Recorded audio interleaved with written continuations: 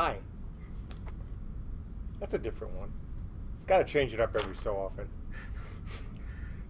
Donnie's trying to get everyone to guess her shirt color before it comes up. Well, it's actually easy because it's a nice full color. Um, you know the drill. All good? They say hi back, so I think so. Awesome. Okay, so yeah, another weekly update. Top 10ish list is, I think, 17 today. It is indeed 17. So we got a lot of stuff to talk about. So let's just get started with that right away. So hey, number one is parallel improvements. So we've been talking about what parallel is for a very, very long time. It's our really cool threading and threading. Blah, blah, blah, blah, boy. Yeah, let's try again. It is our very cool threading engine, which was developed by George before he came here, and he has been continuing, and Dave and others have been, well, I think just them, but continuing to work on it forever. Like, again, since he got here. It's a great engine. It allows us both on the client and the server to do, boy, some of the greatest leeching of PCs or Amazon Web Instance Server known to man. So more changes have been implemented, mainly to solve the lockup issue we've been talking about for a bit. So we're down to, I think, one issue, or at least one known issue of a lockup. So yeah, good improvement. And like we've said about this library from the beginning, it's part of the secret sauce that allows us to do what we need to do, because hey, we want to take as much power as possible from your machine or from the instances that we run on. Number two, another bit of tech, this time on web tools. So JB wrapped up his work on some of the web tools that we've been talking about, including stuff like Message of the Day. I know it doesn't sound like it's all that exciting, but these kind of tools are obviously very necessary, not only for beta, but of course, even more importantly, for live. Number three, building the Dev UI. So what the Dev UI is, and I think we've talked about this before, is just a way for, or a tool that allows guys like Ben to more quickly iterate on, and engineers of course, to iterate on things within the game very, very quickly. So that's it's working well. We've gotten some great feedback from the engineers about how to improve it, and so change is incoming. Number four, Dev UI version 2. So that actually was both 1 and 2 combined. So we'll skip that, because that was about the dev feedback. Number five, another bit of tech, the character creation process. So you've seen some of the concept work we've done, and AJ's been working on making the character creation. It's going to be one of those broadcasts. The character creation process prettier and, hey, actually track, which we needed to do, the kind of changes you're going to make to your character and the effects that's going to have during the character creation process. Next up, another item of tech, progression updates. So Christina added configuration options so we can turn on and off things like damage tracking and other things. Again, doesn't sound that exciting.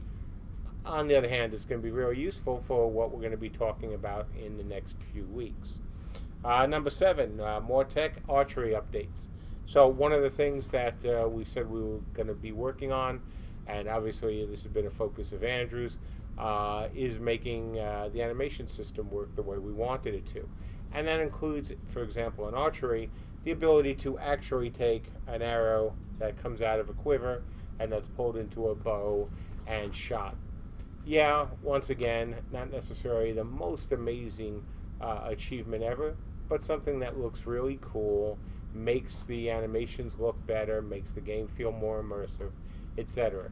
So Andrews and Gabe have been working on that, and Gabe is hopefully going to be finishing up his work on that soon.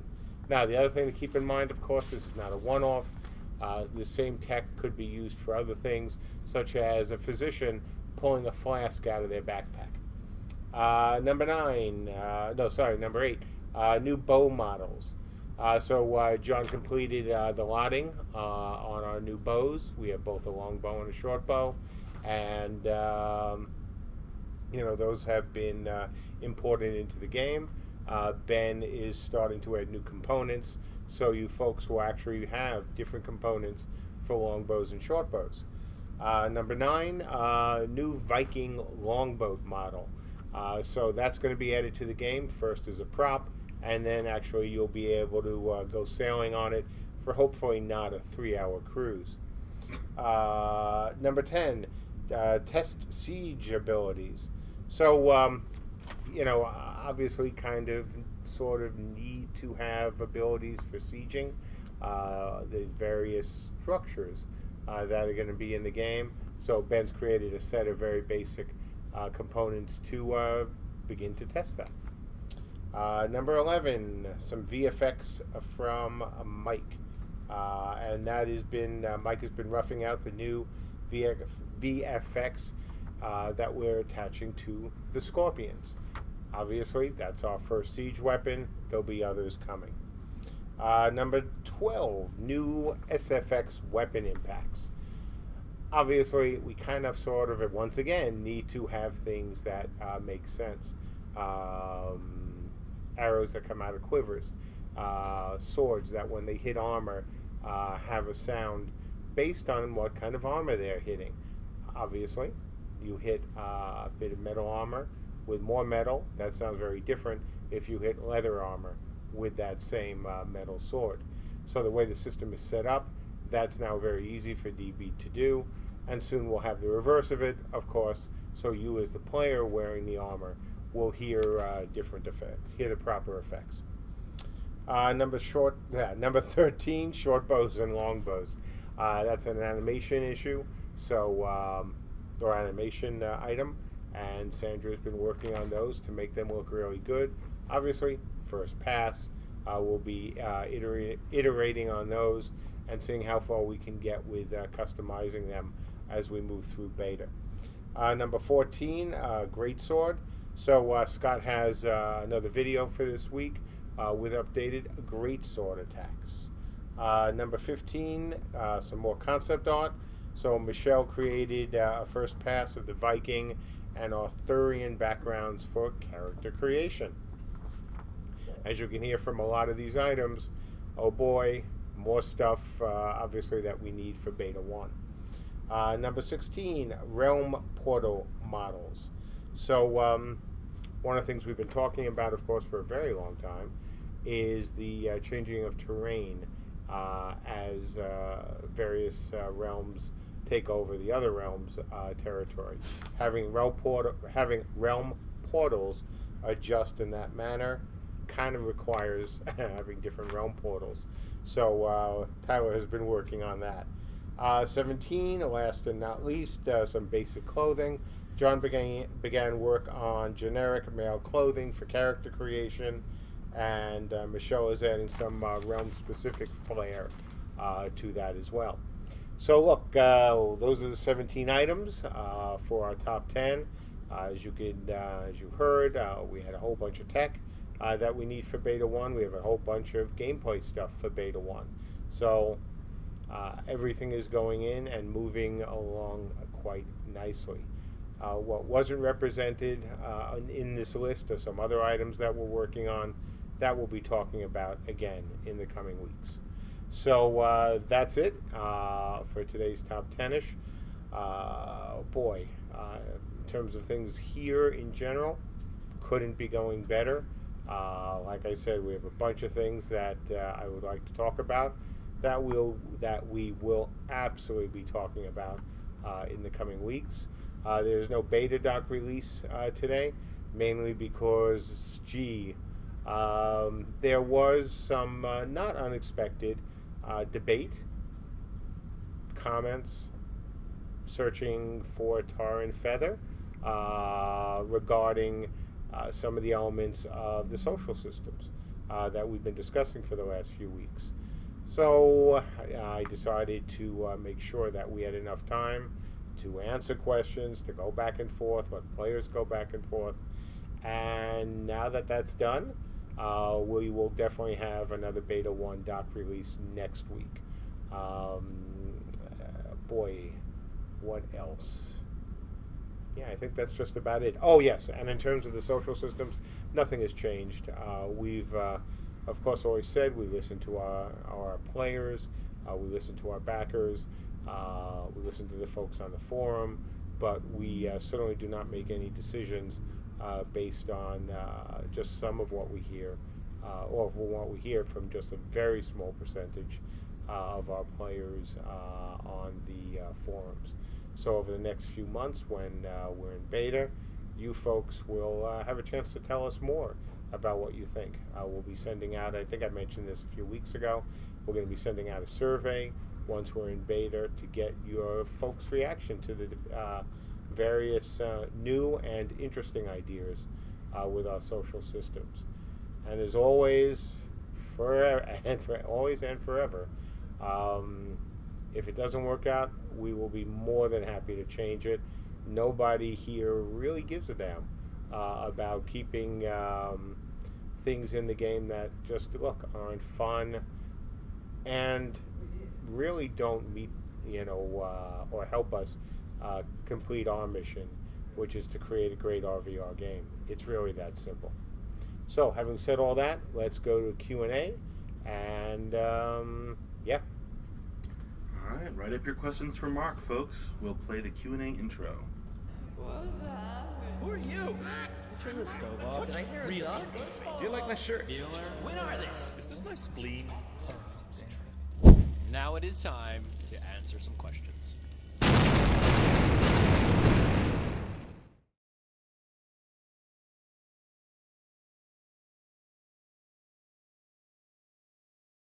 Here we go.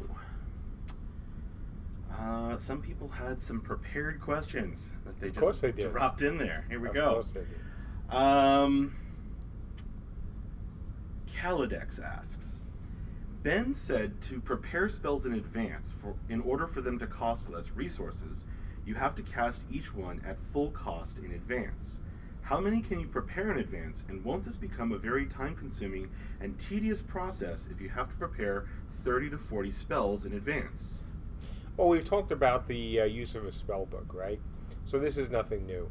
How many you'll be able to prepare? How is it going to have to work? The difference between, say, an initial prepare and a recharge of an existing spell? That's stuff we've talked about. Obviously, we do not want it to be, boy, every time you want to go into combat, you have to sit there for an hour and redo spells. That would just be dumb. So that's a mechanic that, again, we have talked about from the beginning. Nothing has changed, and nothing is decided. I mean, it is just a concept, right? And it's not the first time this concept has been used. Certainly, this goes back to the MUDs, like most things do. But does it fit this game? I think it does. I don't think it's a very, very different than archers having to, make sure that they have all their arrows, or physicians and their flasks. Will it be more time-consuming? Obviously, we want it on a par with the other similar systems we're going to have in the game. But again, it's not meant to be something that you're going to have to do constantly, because that would be as annoying as hell and really not very much fun. Odilvik says Rek wants to know more about Order Heraldry, specifically the special work commissioned by CSE. Can you elaborate on how an order might obtain this amazing privilege and what the process might look like, roughly speaking? Just rough ideas. I mean, certainly it's something you have to earn by being a successful order. You couldn't, for example, just start an order and ask us to do something, special for you. That really is in keeping with the, pretty much one of the most important foundational principles of this game is that you have to earn everything. This is something that goes really to the heart of the game, that we're not trying to make everything too easy, that we're, we want players to actually go out and actually have to do things. So, having said that, once you've achieved the ability to have heraldry made up for you, then obviously you will contact us and we'll talk about how much time it will take and a price for it. Because certainly if we're putting our artists or artist on helping to create something special, then there's a price that goes along with it. Are we going to try to gouge? No, obviously not. We haven't done that yet. We wouldn't do it now, but it's just something that we're interested in doing. The question is how practical. Adric Ortesia asks, let's say you want to own the best and most beautiful weapon or armor in game, but you are not a crafter. Will there be some kind of tool you can use to check all available crafting options for your realm? Something like theory crafting for crafting, so you can mix and match to your heart's content until you find the perfect match. Oh, I cannot imagine that players won't build that kind of add-on for the game, depending on what data we send out or what data we give people. Will we do it ourselves? Who knows? It depends if we have the time. It's not anything that's like a giant, big secret, but it is stuff that we want players to figure out. So there'll be some combination of, I'm sure, the players and us coming up with a way that you can certainly have a very good idea of what you can get out of your pretty much any item that can be crafted. Sacrix asks, with player-built structures, will it be even possible to capture or fully take over? And if so, how will the mechanics for capture work? Well, boy, I thought you would know, of all people, you would know the answer to this. At least the first part. Well, of course you can capture player-built structures. I'm not sure, if you were trying to ask something else, because that seems a bit, too obvious for you. In terms of the mechanics, that's something that's still absolutely to be determined. We've talked about various ways of doing it. It's a question of what's going to work best. Nothing is meant to be instant, so you can't just walk up to a structure and capture it. How much time it will take, what sort of things you'll have to accomplish. This is something we've talked about, some of these things in the past, like if there's a stabilizer there, you have to take control of the either take control or destroy, the stabilizer. So there's a lot of factors that will go into it, but of course you can capture anything a player makes in the game. Anything can be taken. Darlgon asks, what did MJ and JB think about my Idyllic campaign? Close to how it will work? Darlgon, I am sorry, I am drawing a blank right now. What? If you want to fill me in, JB may know the answer to that, but I am blanking, sir. Odilvac asks a question from Nanulak. When leading a caravan, can I kill my own beasts of burden to prevent the enemy from easily transporting my loot away? Yeah, we haven't discussed that, so that's the first time anyone's asked that. I think the answer is yes. It would seem pretty silly not to be able to do that. So, yeah, I think that's a very safe answer.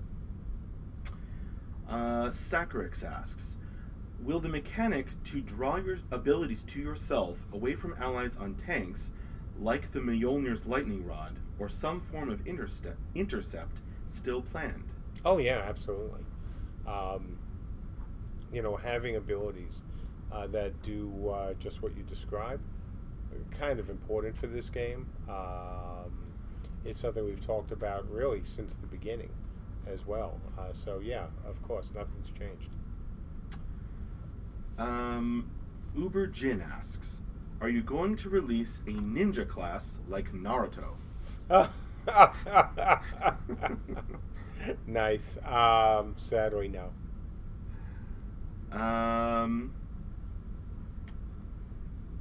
Odilvic asks a question from Umbar. In most games, to create a guild, you need to talk to an NPC, give him some money, and find 5 or 10 members. Are there any plans to make it more complicated in CU? Oh, well, it's certainly more complicated.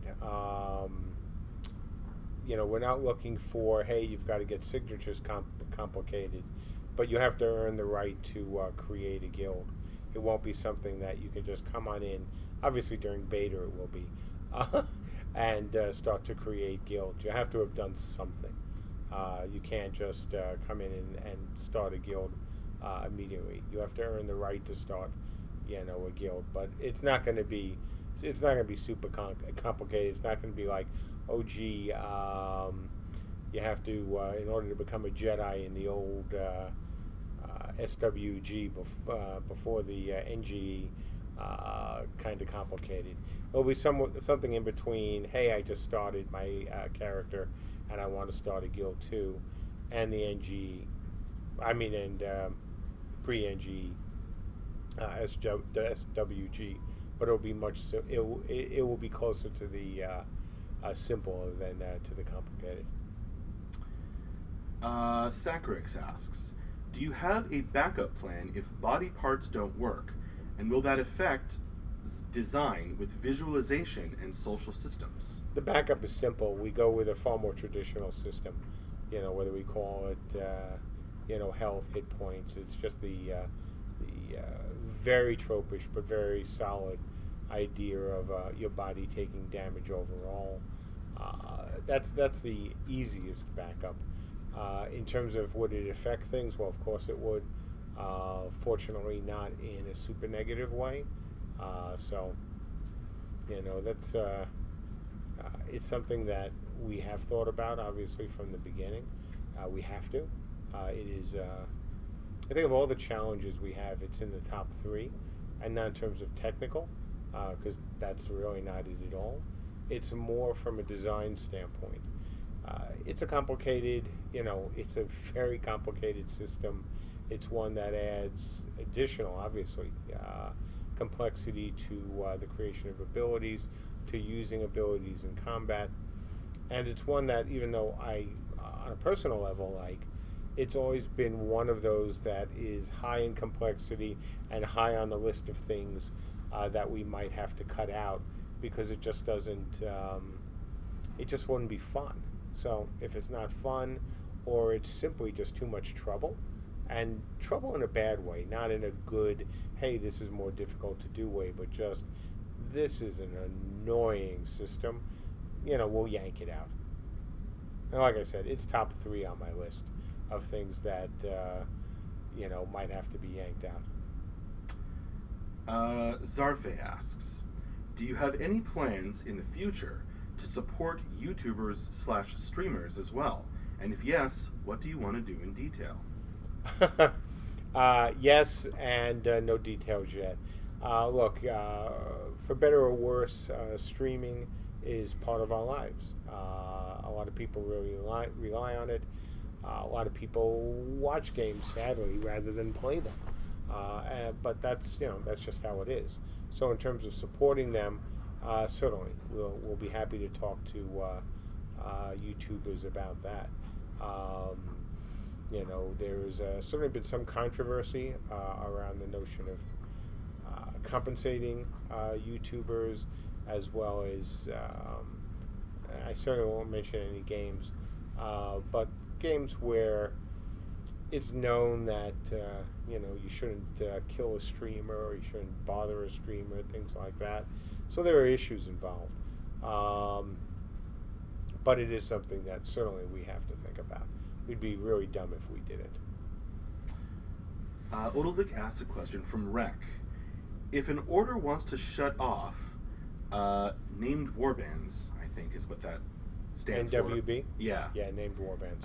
If an order wants to shut off named warbands entirely so that people cannot form internal cliques, can they? Oh yeah, I said this, boy, I know now I've said this at least 3 times. Said it during the stream with JB, and I've said it on the forums multiple times. Of course, the whole idea behind named warbands wasn't to force a system on everybody. So, any orders that don't want to use them, that's all they have to do is, click it off on their order features. Done. Finished. Over. Here's an easy question. Lorgarn asks, as I'm casually sipping on a glass of Angostura rum, what's Nice. your drink of choice on a lovely Friday evening such as this? And have a nice weekend. Thank you. Well, actually, I like rum. I like tequila even more. Those are generally, especially when I'm doing the low carb thing, those are two of my favorites. I can do a nice whiskey every so often, but those two have always been my go-to. Well, not always. Vodka used to be as well. It's the Russian blood in me, I guess.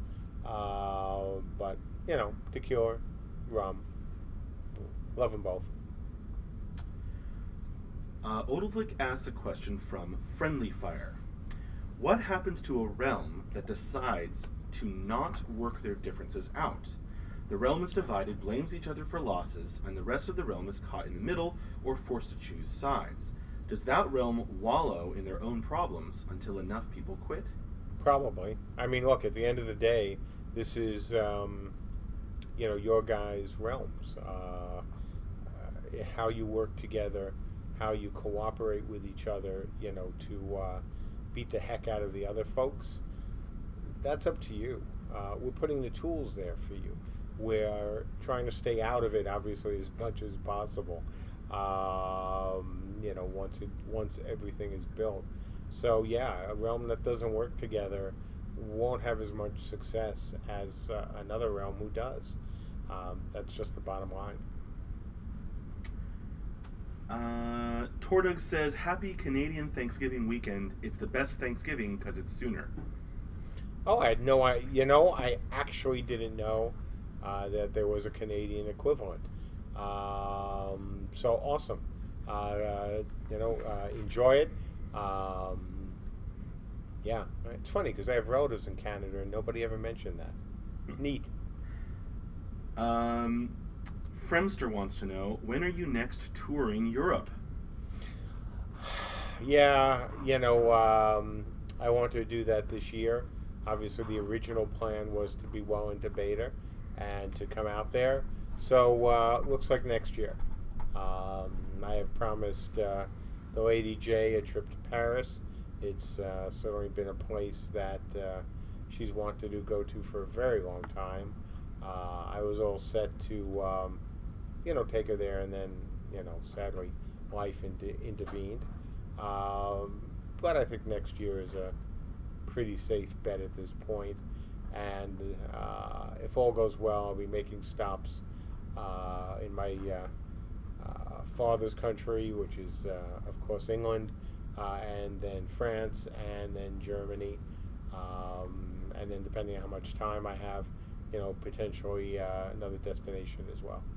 Would like to get to Italy. Haven't been back there in a long time. Sacrix asks, will I be able to manually free aim headshot people in this game with an archer? Well, that's certainly what we're going for. That's kind of the point of having the system we have and an aiming system. So how is that going to work? We'll find out. Odilvik asks a question from Nanulak. Will there be private chests to which the owner can set access/space permissions on? Will this same chest be destroyable by a foe or even stolen by the enemy if they have the capacity to carry it? Certainly. The answer to all of that is yes. We certainly want to give people the ability to put things in chests. We also want to give the ability of players on the other side to break into them. In terms of being able to pick one up and walk off with it, we certainly will give the ability of both sides of the equation the tools to prevent the other side from doing what it wants to do. On the YouTube chat, Seaton Luck asks, will Founder Points be available for purchase during beta? Currently, yes. That is subject to change. We've been very clear that Founders Points are not to be confused with the cash shop. So at some point during beta, we will absolutely turn them off. It is one thing, at least in our minds, to give donations to support the game's development, especially in this case because we are so late. On the other hand, to turn them into a cash shop, boy, have we been clear how much of a bad idea that is for our game. We've said from the beginning, and literally actually before that we, and myself obviously, aren't a believer in sub-games, especially if they're full-price sub-games that have a cash shop attached. On the other hand, giving the ability of players to donate some more to help us through the process, I don't have a problem with. We're not emphasizing it. Obviously, we've never had a, hey, found a point sale, or anything like that. But if players want to donate more to help us, certainly it is appreciated.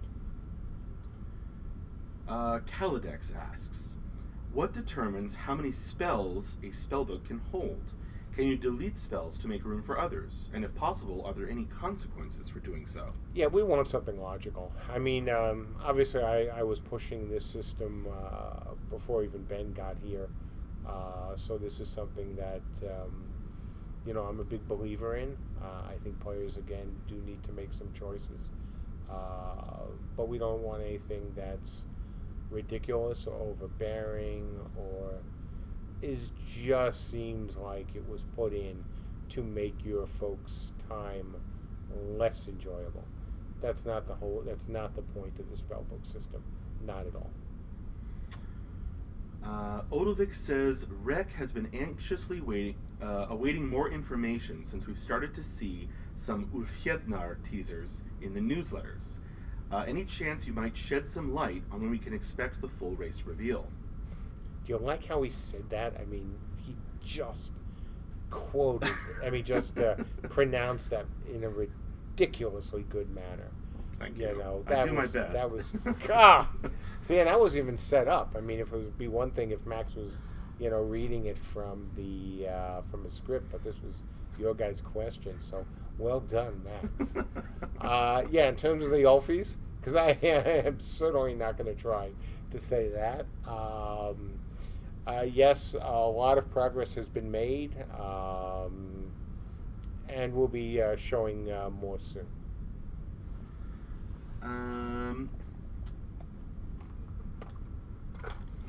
Darlgon asks, is balance going to be at a granular level, aka the players, or will it be group level, or will balance only be player and realm population? In other words, are you going to be concerned about balance if a group of 25 Hamadryad Forest Stalkers are in one group?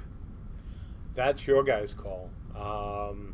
Look, we're going to obviously, I think everyone who's probably listening, at least among our backers, knows the whole rock, paper, scissors thing with this game. So that's what we're balancing for. If somebody wants to put a whole team of Hamadryads together, or Lukapans, or, in a certain game we all, or most of us know and loved, Lurrikeens, that's up to you folks. We're not going to balance around that because the permutations that we would have to try to deal with, given how many classes and races we have, that would be just insane. So no, we're not going to look towards balancing that at all. Odilvik asks a question from Umbar. In the beta document, we were told that the target group for named warbands are players who want to group with their friends. Is there any additional purpose of named warbands by design? Is there any other idea behind them? Well, that's the big idea. Certainly, and this is obviously one of the controversial points, is we wanted to have, and still want to have, players who don't want necessarily to be part of orders, for whatever reason, to still have a way to group together easily with their friends. Certainly we do not want to make them orders. We've been very clear on that. The main purpose is nothing more complicated. We have there will be a lot of players in this game who want to play with a small group of people and who would like, in the same group of people, night after night, and would like to have some recognition for it without worrying about the overhead of an order. On the other hand, we have said so many times, especially on the forums this last couple weeks, how important orders are to us. So it's the balance there of what do you give to war bands, what do you give to orders, to make them both integral parts of this game. We know orders will absolutely be integral to this game. We just know it. We've said it from the beginning. That isn't going to change. Will name war bands be the same? We'll see. We would like them to be. But as, I've said also so many times on the forums in the last couple weeks, it's something that we will also take out if we don't like the results, if we don't like the feedback we're getting from, a long beta test. As always, time will tell. Adric Artesia asks, do you have to earn the rights to create a temporary warband, or are you able to create groups from the beginning? Certainly a temporary warband can be created fairly quickly, probably instantly. You'd have to ask JB if he had additional thoughts. In terms of permanent warbands, that might be a bit different, but certainly temporary warbands, it's just a matter of going, hey, done.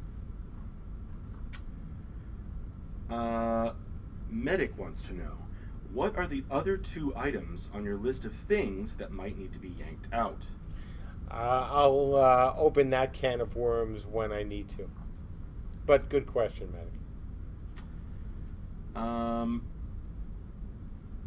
Let's see. Odovic asks a question from Rek. If an order wants to create some standing structures using named warbands for only members, can they? Read that again. If an order, sure. If an order wants to create some standing structures using named warbands for only members, can they? If I understand the question properly, the answer is yes. It sounds like you're asking is, can you work with a certain group of people to build something? And the answer is yes. Lurk O Lurk asks, is it possible to make incomplete abilities and finish them on the fly with components slotted on the hotbar? Yeah, that's a great question. So that's actually something we have talked about, is the complexity, obviously, of the component system. When you have to select a target location, if you have to create unique abilities that all have that last component attached, you're going to end up filling up your screen very, very quickly. So one of the things that I know we have talked about publicly would be some very easy way of either adding that component when you activate it, or some other system where you have this basic ability, which you can then add the component to, maybe in a slightly more complicated manner. I think I know how we can do it in a very simple manner, but we'll have to be sure that it works. But again, great question, important question, and it's one of those reasons why I am concerned about the body part targeting system. Odovic says, Kata Hula Hoop wonders if instead of limiting an AoE healing ability to only affect a single warband or a certain number of players, could an ability's total effect be capped? This would keep the ratio of healers to other classes the same across different group sizes. Yeah, we've been asked about capped AoE, and so far my answer has been, right now there are no plans for capped AoE. JB. And hang on, and let me actually correct that.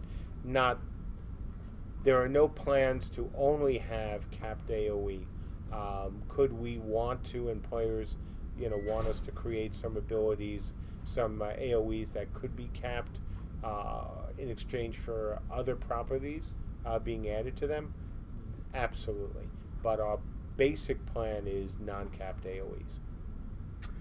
My ID here asks, question, how do we move siege equipment to siege sites? Same question for building materials. Yeah, it's a combination of the Magic Backpack that all of our games have, and the use of caravans. During beta, of course, that's not going to be an issue. We certainly, since caravans are not supposed to be a thing, we kind of have to must need absolutely 100% the ability of people to actually take their siege weapons into a siege. So, yeah, you'll have ways of doing it in beta. That would be very easy. And then as we add caravans and as we add pack animals, then it will become a little bit more complicated. Odilvik says Umbar wants to know how you think about making the permission to start a campaign a part of the progression system instead of some fee. Oh, well, I think it's a bit of both, right? Certainly we don't want somebody who's new to the game to be able to create a campaign. Could we do it through a combination then of realm rewards and or cash? And obviously by cash we don't mean real world cash. We mean the monetary system of CU. Vessier asks, will you be putting any in-game sneak peeks of the music in-game on the website?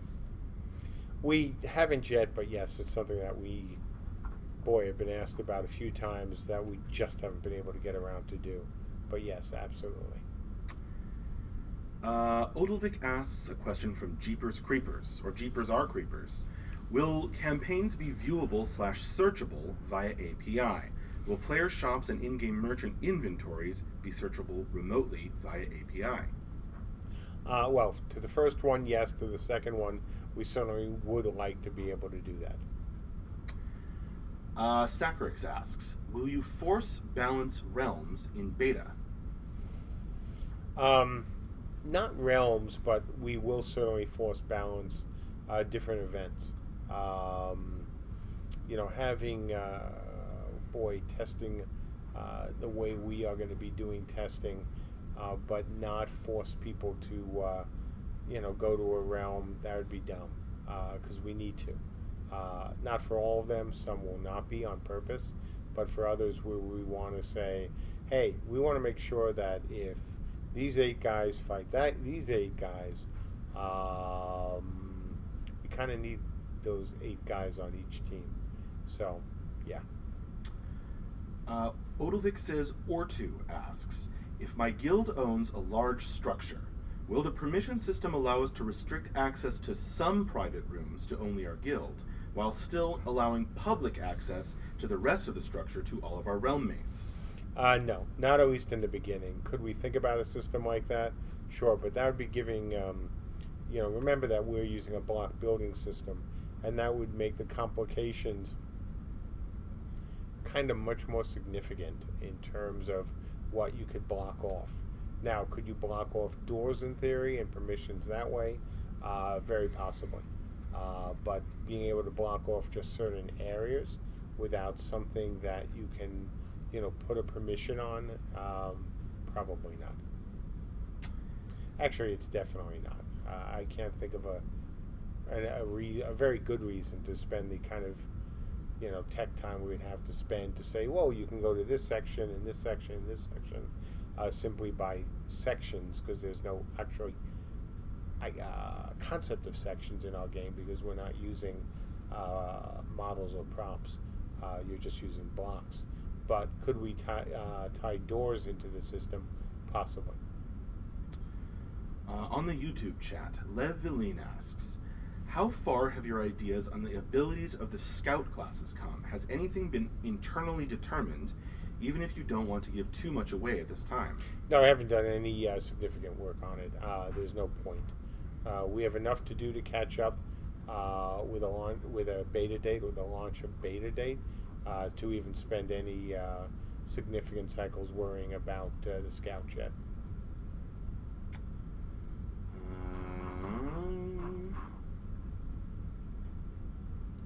Izanerus asks, are you planning to have abilities which have to be activated by other members of the group? For example, place a crate of healing potions on the floor. Oh. We Just- lose. Yeah, network error according to Twitch. Yeah, OBS is fine. I think it's Twitch.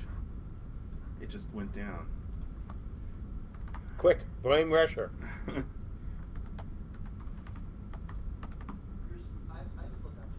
You still got us?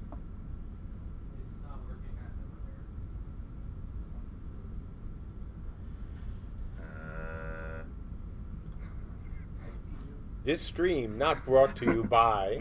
Tyler says he sees us, and we're still live. Okay, so some people went down, and it's back. Okay, I forget Sorry what I about was that. doing. we're live again. Yay!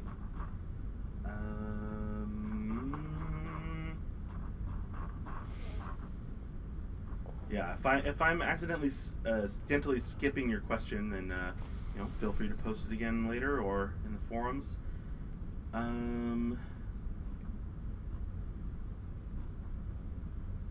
Odilvik asks a question from Bad Lunar Rising. We know we are going to log on and see what the king may have awarded us. Will there ever be a cinematic where we actually see our avatar come before the king to receive our awards, with ladies and nobles applauding us for our deeds? That would be great. I mean, certainly, it's not that I don't have a cinematic bent. I certainly would love to do that. Question of time and money. More money, because you can pay to have that done. Okay.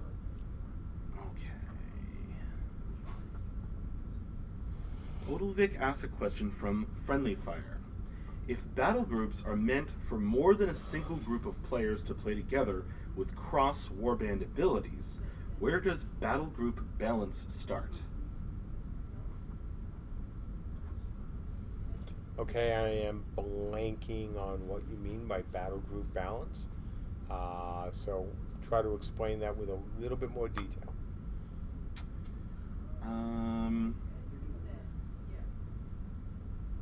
Torkal asks, previously, you talked about the possibility of changing things that would not work properly in the game. How do you plan to do it in terms of method and regarding the induced delay? In this particular case, can we hope to see some things unforeseen at the release become after these changes, or will it not impact your schedule? For example, a change on an aspect of the gameplay. Okay, there was a lot there. So if I'm understanding you properly, you're asking about if we're going to make any changes. When we make changes, because we will make changes, could that induce additional delay in the game? The answer could be yes, depending on what. Obviously, we've gone through a difficult time because of the rehabilitation system. So that would be certainly bad, and that, things like that would set us back. On the other hand, the things we've talked about, especially the last couple of weeks on the forums, that stuff is easy. Turning something off like named warbands and only allowing the non-named and non-permanent warbands, that's an easy change. That would not affect our schedule at all. On the other hand, if something else came up that would hurt us like rehabilitation did, that would hurt our schedule. Do we think we have anything even remotely close to that that is even on our radar for things that could set us back this far? Not a chance. We just have nothing like that. But it's game development, and sometimes unforeseen things are unfortunately, by definition, unforeseen. But one of the reasons we do what we do with our arcs, and we do what we do, or will be doing with our NPCs, is so we don't have a bunch of unforeseen things, crop up during heavy testing. So, I wish I had a better answer, but that was a really broad question. So hopefully I've answered you, Torkel. Kaladex asks, will mages aim spells in a similar free aiming style that the archers will use?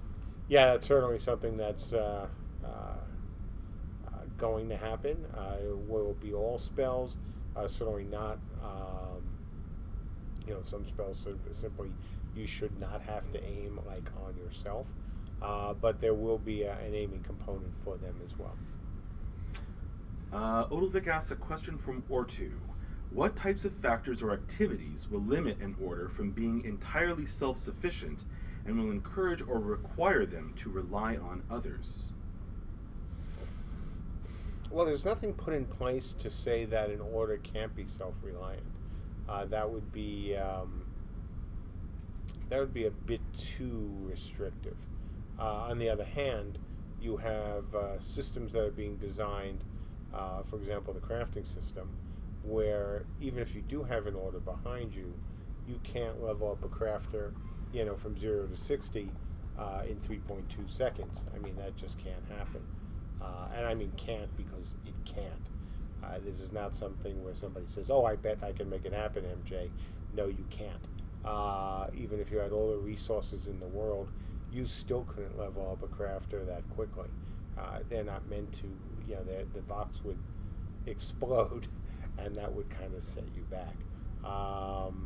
And other things besides that. So,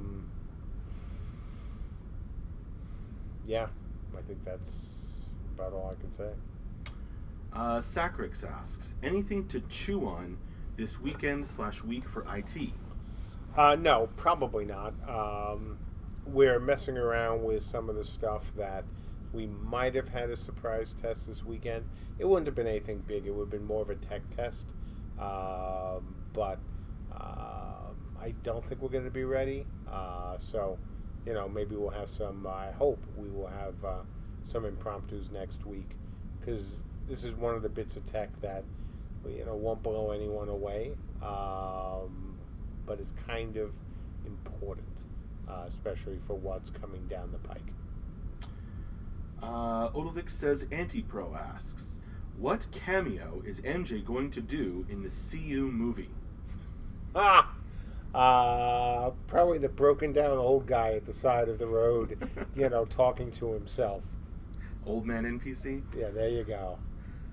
Could have been a contender. No. Rek says, Rek wants to know if, for his 30th birthday, which is tomorrow, if you would announce the date of beta.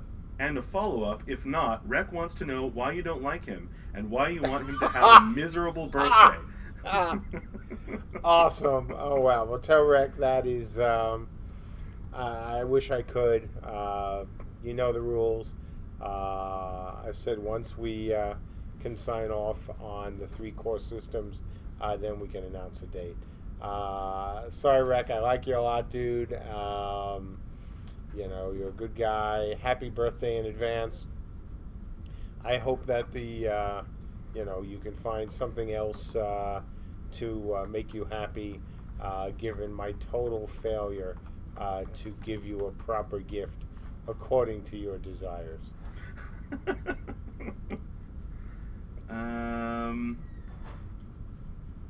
All right, my 5 minutes. All right, 5-minute warning, folks. Kind of skipping around a bit. Skeletor's Jockstrap asks, considering... Really? Yeah. Nice. Considering these 3 realms are far apart in real life, will there be a distance to travel to engage the enemy? Oh, absolutely. Travel times are part of this game. We've said that also prior to the beginning. Instant travel in this game isn't going to happen outside of the safe cities. We've said that within the safe cities, we may allow some kind of instant travel, simply because when you have as many people who may be having, homes and shops in that area, making it a total pain in the ass to move around the city, it just doesn't make any sense. On the other hand, We've also said that we will have faster travel available through classes and through roads. But travel is part of this game. You won't simply be able to push a button and be into a fight in 30 seconds. That takes the whole point of sieges and meaningful sieges right out of the game. Lurk O Lurk asks, Mark, how much sleep have you gotten lately? This week, not a lot. Not sure why. But this has been one of my... I never sleep a lot as a general rule. 4 to 6 hours is generally what I get a night. But this week I've been a little bit below that. It's kind of typical for me. I go through these phases where, sleep and I don't seem to be getting along. On the YouTube chat, Lev Viline asks, my pet peeve. Is there any way for a crafter class character to also be good at anything resembling group combat? Is there a way to not have to play two characters alternately to enjoy both? Yeah, absolutely. We've said right from the beginning that crafters have to be able to, defend themselves. They can't go one-on-one with the best player in the game or the higher level players. No, you're going to lose. You're supposed to run.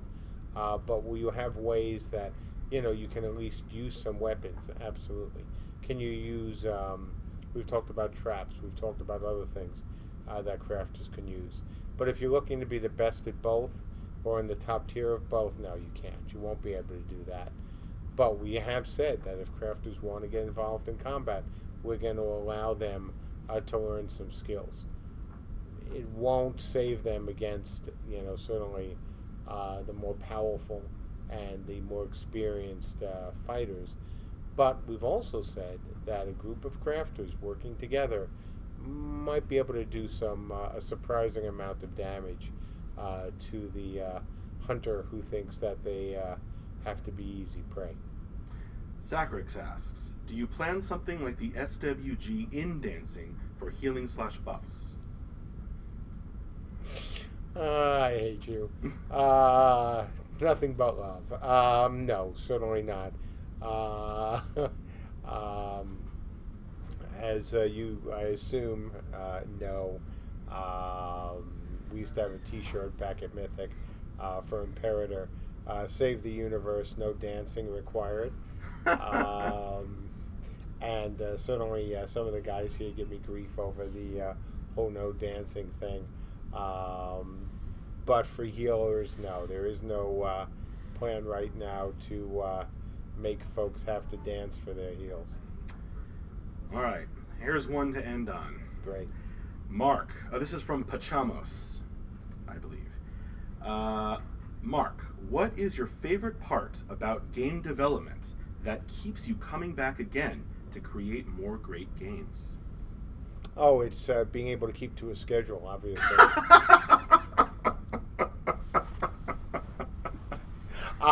Boy, what is it? The creativity. That and, working with the team. One of the things that athletes talk about, did people like that? Oh, there's a lot of laughter. And slash dance.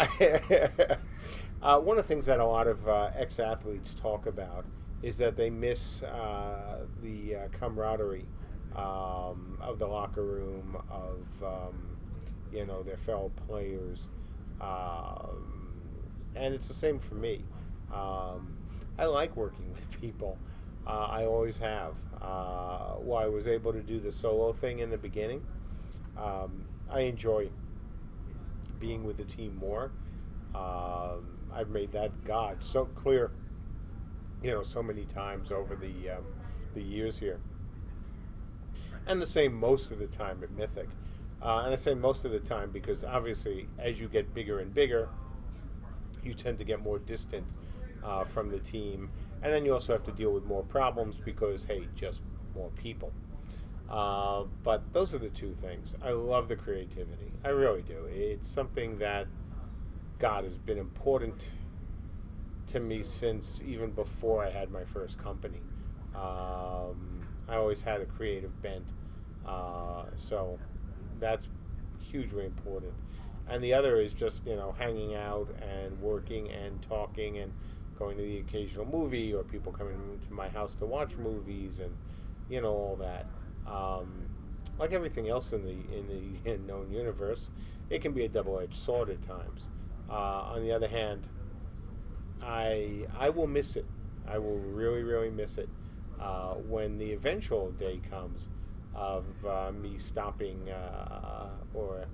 it really would be ending the career at that point.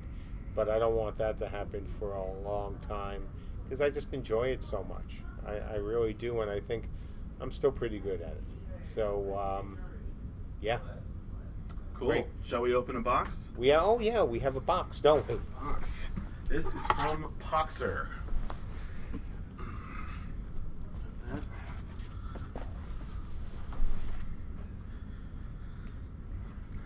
And Rex says he got Red Bull up his nose. So thanks a lot for that. You're welcome, Rex. Mwah!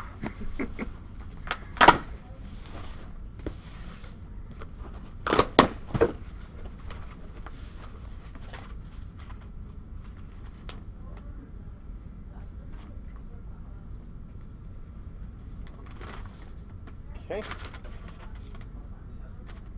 Oh, wait. There's a... This is really sweet. So this, there's a gift message. It was from, again, Poxer. Hi, City. You all still impress me. Great, massively interview. The hype is real, baby. Awesome. Thank you. And by the way, they repeated that 3 times. I don't know if you meant to repeat it 3 times, but if you did, even better. And if they didn't, just say you did anyway. But thank you for the kind words. And let's see what's in here, because I have no idea. Like, obviously, because I'm opening the box for the first time.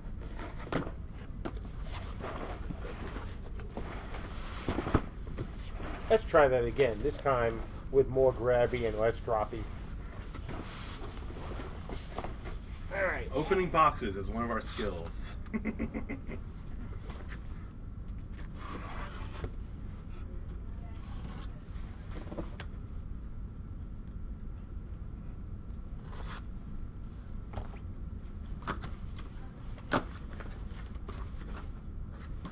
tell me there's another box in there.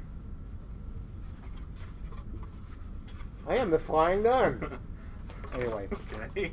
Reference. Hey, come on. That's a good old school Yeah. reference, right? Ooh. So it's from Candy Crate.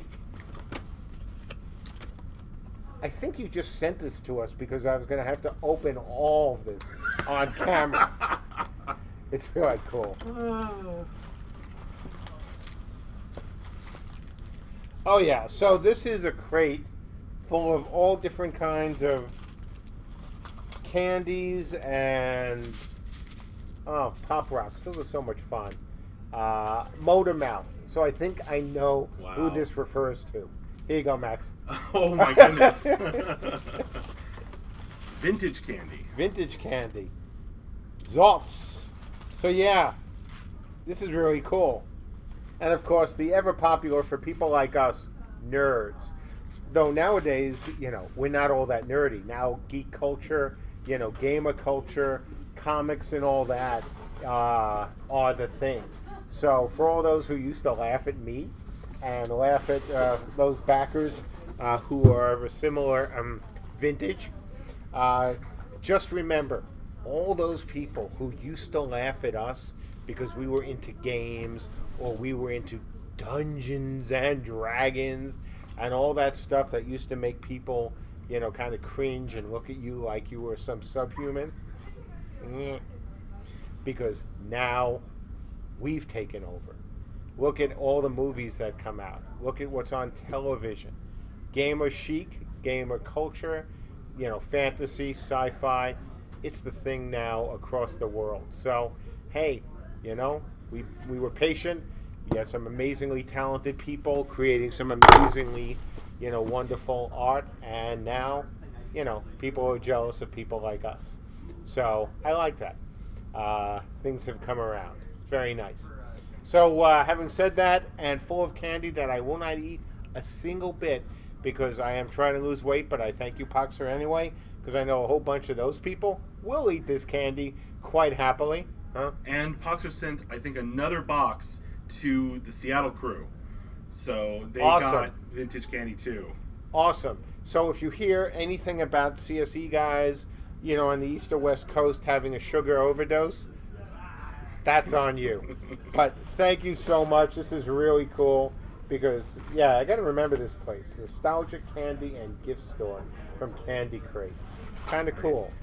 So, having said that and holding up two very appropriate pieces of candy, the Motor Mouth and the Nerds, as always, I thank you folks for your patience, for your understanding, especially with the delays, and your continued support.